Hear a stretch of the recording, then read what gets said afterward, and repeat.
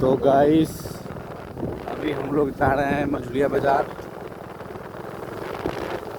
अभी मझुलिया बाज़ार जा रहे हैं और सब्ज़ी खरीदना है भाई। सब्ज़ी खरीदना है और आना है।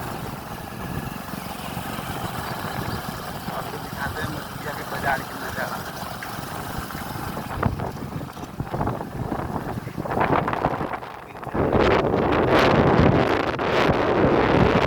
यह है चिमनी बहुत दूर से चला रहा था और इसको गवर्नमेंट को पता लगा, फिर इसको कर दिया सील। जो 4-5 साल से बंद पड़ा है, यहाँ पे कोई काम नहीं होता है। शादी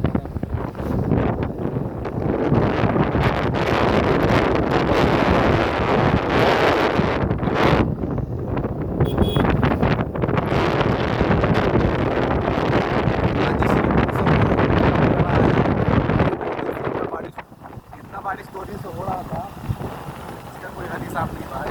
बहुत बारिश हो रहा था। अभी तो इधर धान नहीं रोपाया, हमारे इधर तो रोपा गया।